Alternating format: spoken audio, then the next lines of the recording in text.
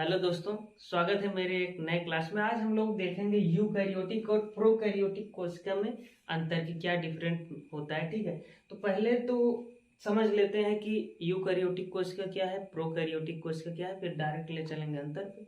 ठीक है, और इसके अंग भी देख लेते हैं। ठीक है, अंग के बारे में थोड़ा डिटेल में जानकारी दे दूंगा। बाकी कोशिका वाले चैप्टर में मैंने जो है सब अंगों के बारे में डिटेल में जानकारी दी है। ठीक है, तो देखिए पहले ए हो गया यूकैरियोटिक, ए हो गया प्रोकैरियोटिक। ठीक है, ए अविकसित कोशिका होता है। ठीक है, अविकसित क्यों?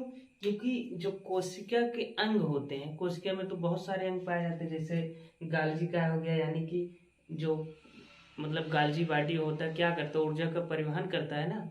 और केंद्रक कला हो गया, केंद्रक हो गया, केंद्रिका हो गया, और फिर माइटोकॉन्ड्रिया, कोशिका कला, कोशिका भित्ति, राइबोसोम, राजधानी यानी कि वैक्यूल्स।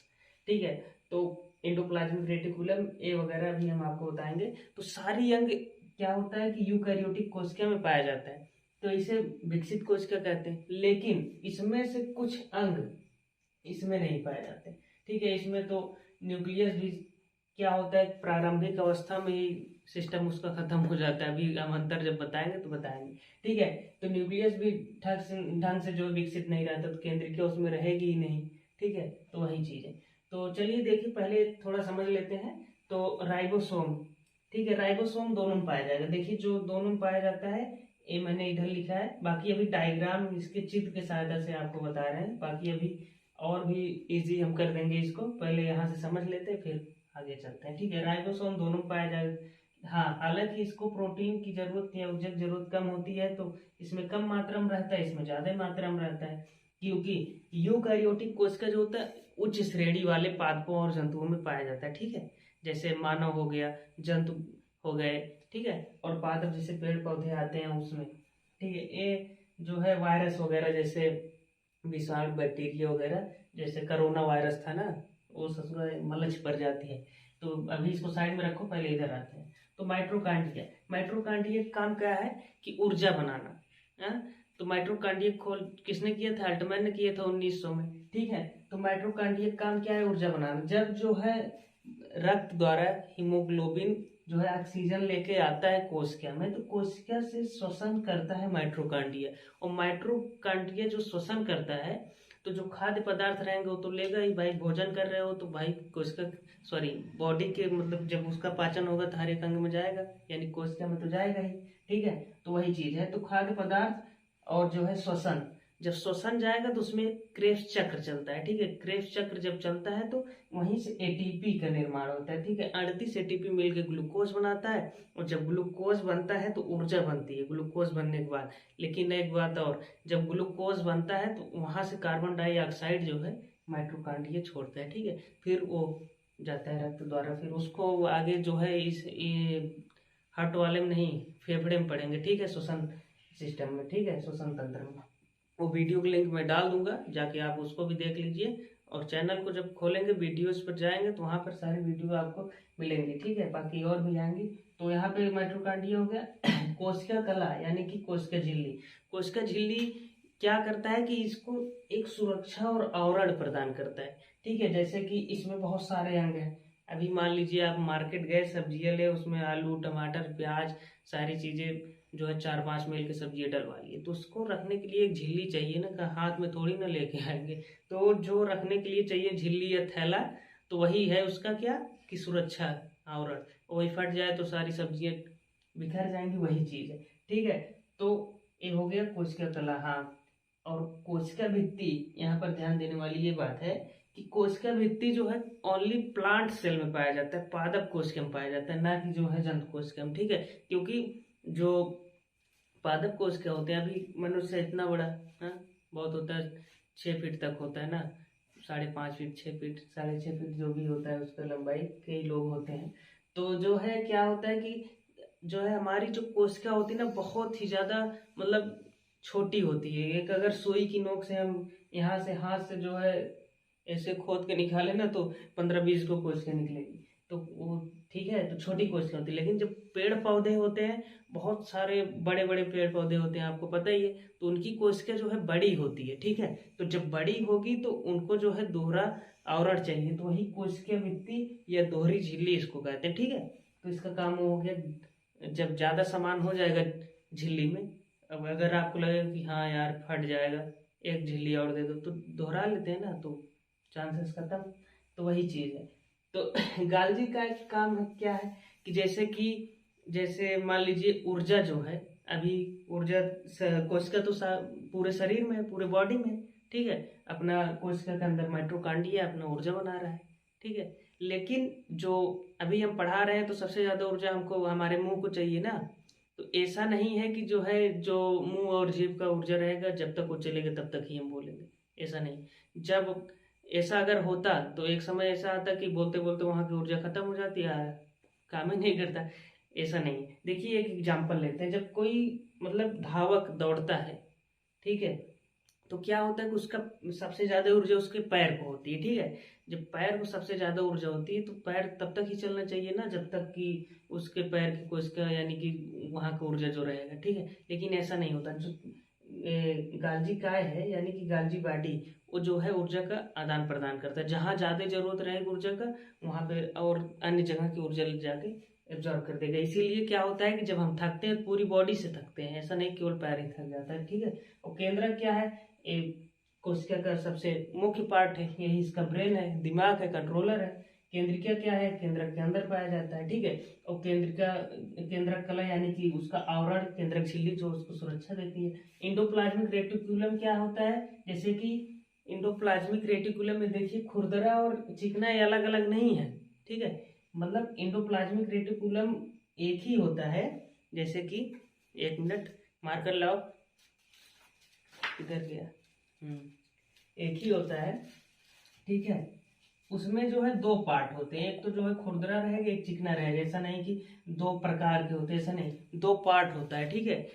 तो वही चीज है कि देखिए ये जो है खुरदरा है, ये चिकना है। खुरदरे वाले पार्ट पे जो है प्रोटीन का निर्माण होता है, वहां पे राइबोसोम पाया जाता है, ठीक है। और यहाँ पे वसा का निर्माण होता है, फैट का। इसको मैंने आपको कोशिका वाले चैप्टर में और डिटेल पढ़ा है।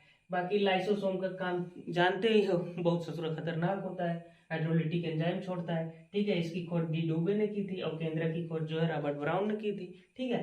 तो गल्जी का हो गया, ये सब हो गया। और कुछ छूट रहा है, हाँ राइबोसोम।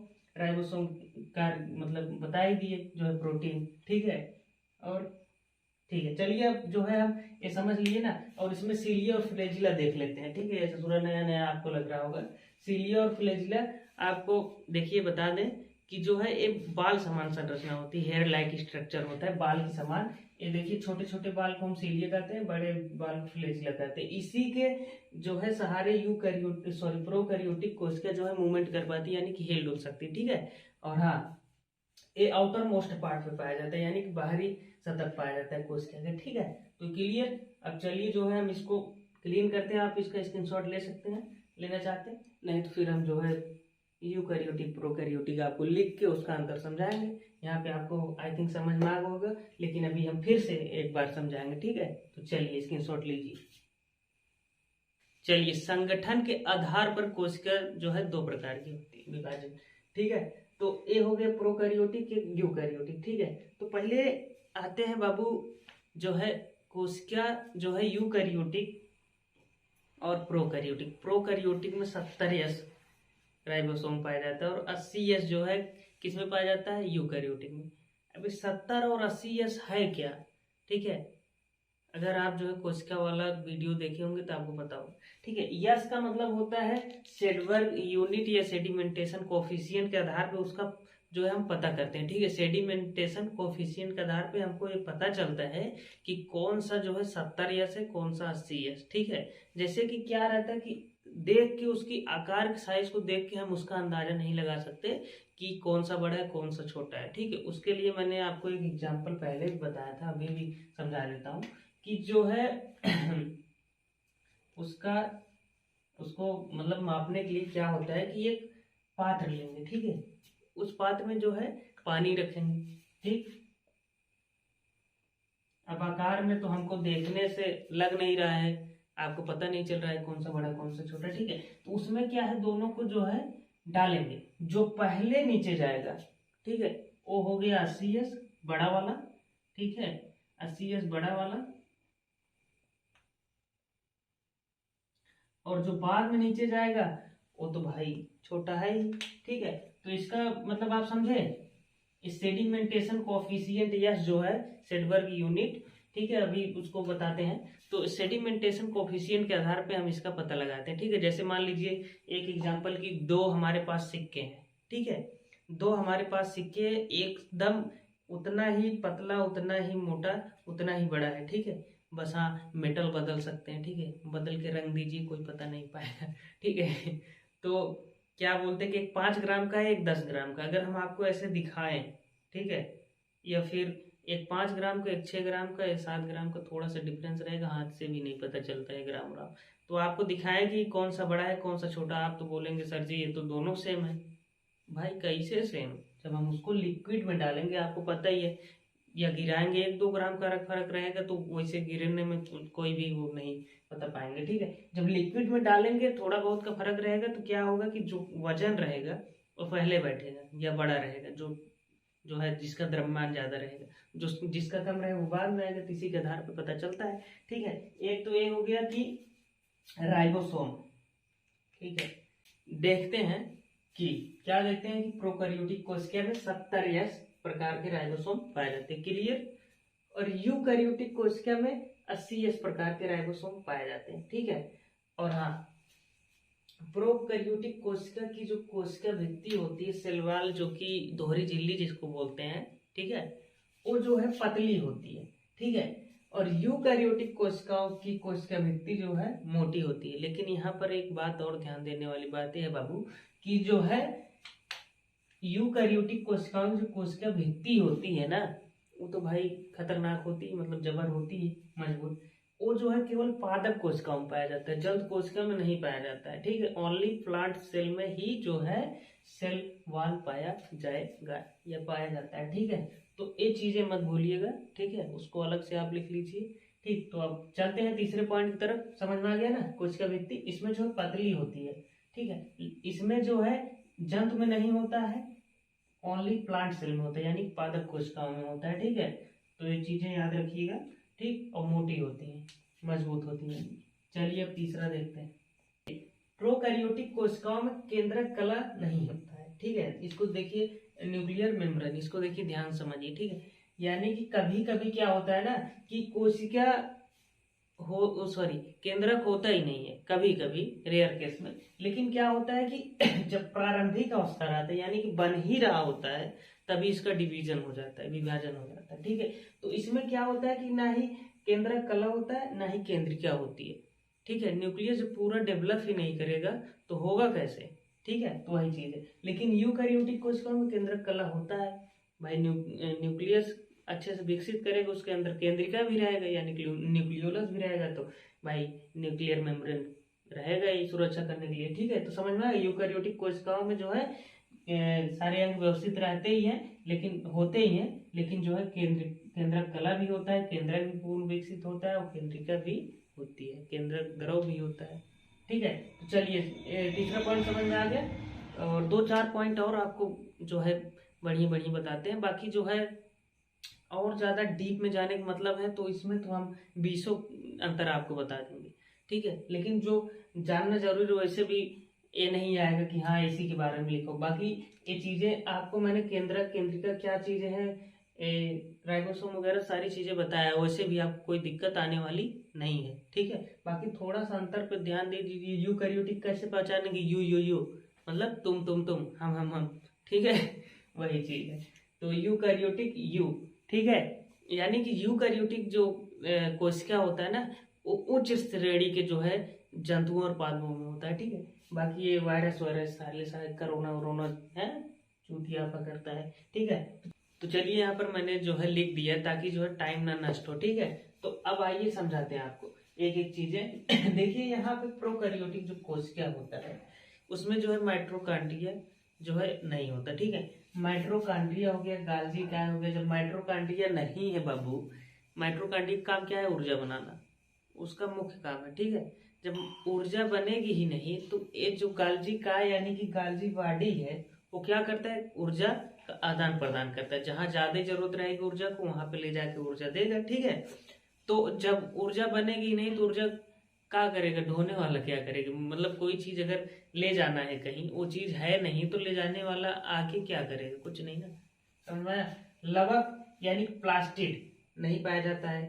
अंधा प्रदप जालिका भी नहीं पाया जाता है। लाइसोसोम यानी कि ये क्या होता है, जल अपघटक एंजाइम छोड़ता है ना, वो नहीं पाया जाता है। ये सब जो है कोशिकाएं पाए नहीं जाती, लेकिन इसमें जो है सब पाए जाते हैं। इस जो है विकसित होता है, पूर्ण रूप से विकसित होता है, सारे अंग पाए जाते हैं। ठीक, समझ में आया?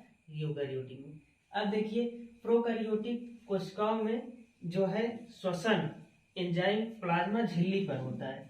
ठीक है, जो यानी कि सांस लेते हैं वो प्लाज्मा झिल्ली द्वारा लेते हैं। ठीक है, लेकिन यूकैरियोटिक में क्या होता है कि उसका श्वसन एंजाइम माइटोकॉन्ड्रिया, आपको पता ही माइटोकॉन्ड्रिया द्वारा ही सांस लेता है कोशिका। ठीक, अब आते हैं प्रोकैरियोटिक कोशिकाओं में रिक्तिका यानी कि राजधानी वैक्यूल्स। राजधानी क्या है कि उसमें जो है 80% जल होता है। ठीक है, सॉरी 65% जल होता है। ठीक है, हमारे बॉडी में कितना परसेंट जल होता है, 65, उसमें भी 65 होता है। ठीक है, इसका कोई कलर नहीं होता है, कलरलेस होता है। ठीक है, अगर इस जो है वैक्यूल्स राजधानी में अगर 1% कमी आई ना तो प्यास लगेगा बहुत ज्यादा। अगर 10% कमी आई आदमी खलास। तो वही चीज है कि इसमें जो है रिक्तिका राजधानी नहीं पाया जाता है, इसमें जो है पाया जाता है। लेकिन हाँ जो है इसमें एक बात और ध्यान देने वाली बात है कि राजधानी जो है पादप में बड़ी पाया जाता है। ठीक है, बहुत बड़ा होता है, यानी कि कोशिका के हिसाब से रहता है, ये नहीं कोशिका से बड़ा हो जाएगा। जो है बड़ी मात्रा में पाया जाता है, बड़ा होता है। और जो है जंतु में जो है छोटा होता है, लेकिन जो है कई जंतुओं में होता भी नहीं है। ठीक है, अब उदाहरण देख लेते। प्रोकैरियोटिक जीवाणु बैक्टीरिया जो होते हैं, नील हरित शैवाल यानी कि ब्लू ग्रीन एल्गी होता है। ठीक है, माइकोप्लाज्मा हो गया, विषाणु हो गया, वायरस, इसको मलेच्छ प्रजाति बोलते हैं। मतलब ये ससुरे खत्म चीज है एकदम। वायरस विषाणु जो है ना बहुत ही ज्यादा खतरनाक होता है, और बैक्टीरिया भी बहुत ज्यादा होता है। लेकिन कुछ बैक्टीरिया जैसे होते हैं जो कि फायदेमंद होते हैं। ठीक है, वो बैक्टीरिया वाले में पढ़ेंगे तो बताएंगे। ठीक है तो नील हरित शैवाल हो गए। ठीक, और इसमें क्या हो गए कि सभी बड़े पादप, पेड़ पौधे और जंतु, कवक, प्रोटिस्टा आदि वगैरह। ठीक है, और सभी उच्च श्रेणी के विकसित जंतु पादप में। ठीक है, वही चीज है। तो चलिए समझ में आ गया यूकैरियोटिक प्रोकैरियोटिक में अंतर। नेक्स्ट क्लास का टाइम हो गया। ठीक है, तो इतना ही आज।